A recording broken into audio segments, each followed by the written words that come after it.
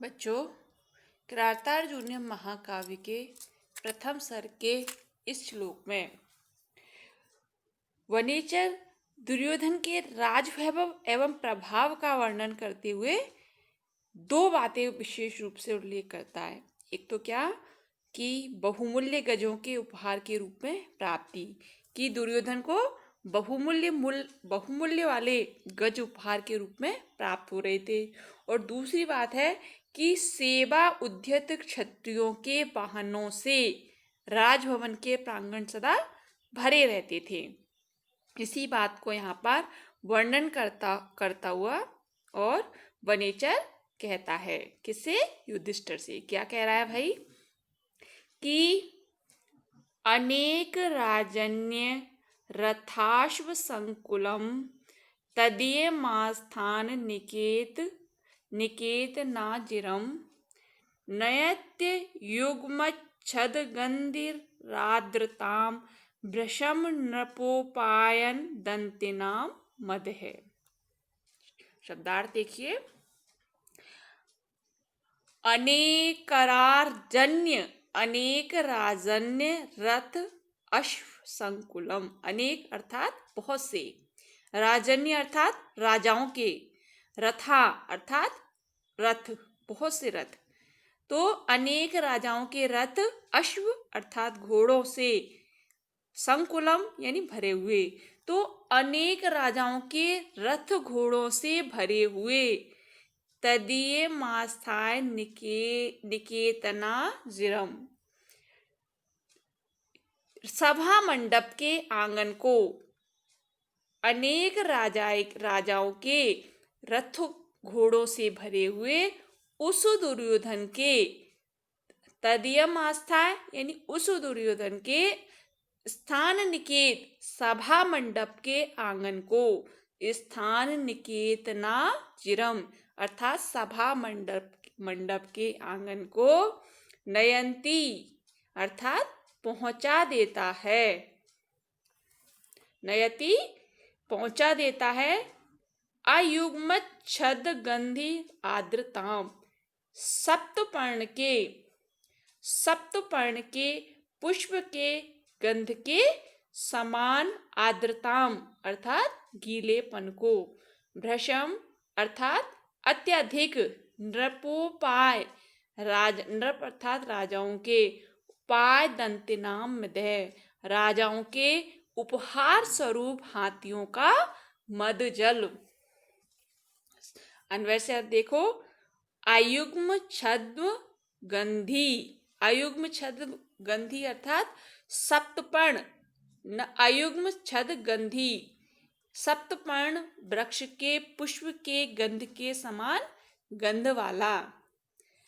अयुग्म छद गंधी अर्थात सप्तपर्ण वृक्ष के पुष्प के गंध के समान गंध वाला। नृपोपायन दंतिनाम राजाओं के उपहार स्वरूप हाथियों का, मद है मद जल, जो राजा को, दुर्योधन को राजा उपहार दे रहे थे, उन हाथियों के जो मद जल उनके मस्तक से हमेशा निकलता रहता था, तो उस मद से, और वो कैसा था मद जल?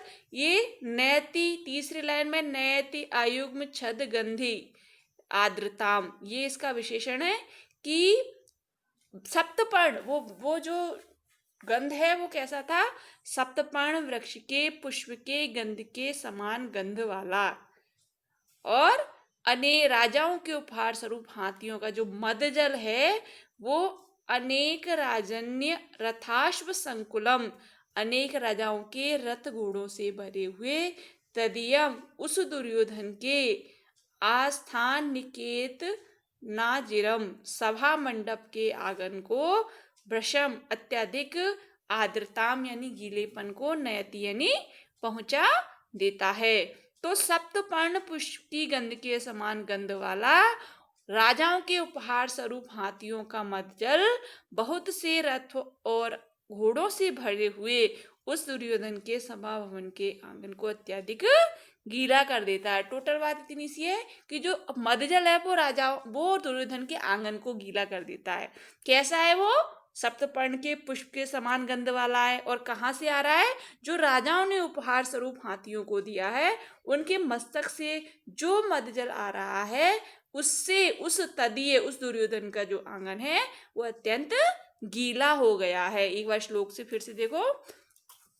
अनेक राजन्य रथाश्व संकुलम, अनेक राजाओं ने जो रथ अश्वों की कुल मतलब बहुत सारे रथ और अश्व दिए थे, तो उन राजाओं उन रथ और अश्वों से भरे हुए तदीयम आस्थाम, सभा मंडप के तदीय आस्थाम निकेतम अजिरम, सभा मंडप के आंगन को और उस दुर्योधन के सभा मंडप के आंगन को भरे हुए नयति यानी पहुंचा देता है।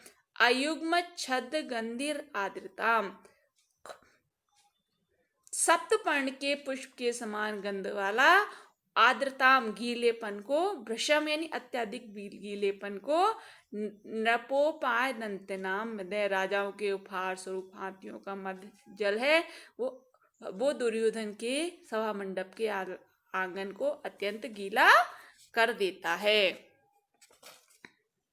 संस्कृत व्याख्या देखिए।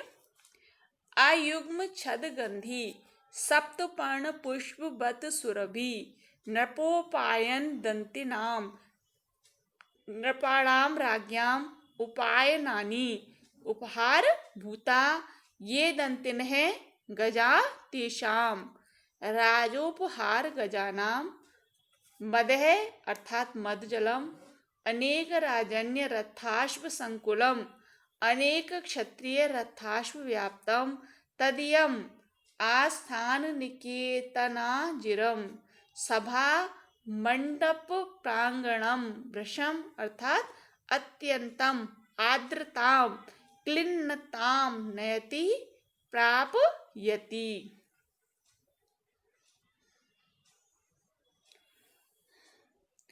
इस श्लोक में महान ऐश्वर्य, दुर्योधन के महान ऐश्वर्य का वर्णन किया गया है, इसलिए यहाँ पर उदात्त अलंकार है जिसका लक्षण है लोकातिशय संपत्ति वर्णनो दात्तम उच्यते, अर्थात बहुत सारी संपत्ति का जहाँ वर्णन किया जाए वहां पर उदात्त अलंकार होता है।